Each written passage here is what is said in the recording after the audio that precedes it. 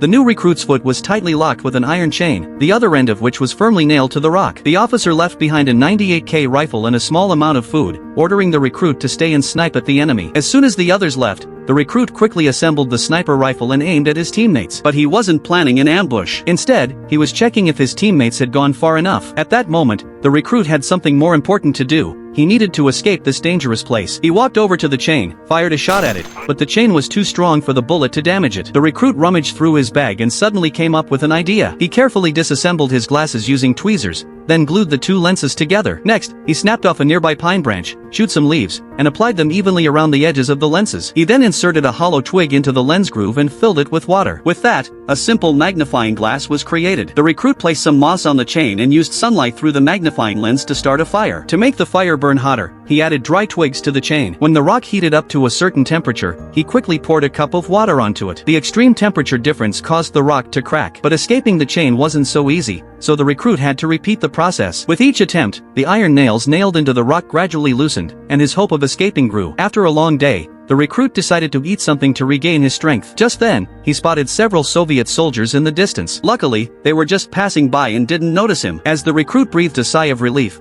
a German bomber suddenly flew overhead and began bombing the Soviet troops below. The recruit was startled and realized he had to speed up his escape or he would soon lose his life as well. But there was a problem: most of the dry twigs were burned, and there was only a little mineral water left. He tried to break the chain by using all his strength, but it was in vain. In despair, the recruit almost gave up. Just as he was about to resign to fate, he suddenly remembered that he still had a few bullets in his bag, and hope was rekindled. He quickly removed the bullet heads, collected the gunpowder into a container, and poured it along the edge of the iron nail. He then added the remaining moss and sealed the surrounding area before lighting it and waiting for a miracle. With a loud bang, the recruit excitedly ran forward to check. Would he succeed in escaping this time?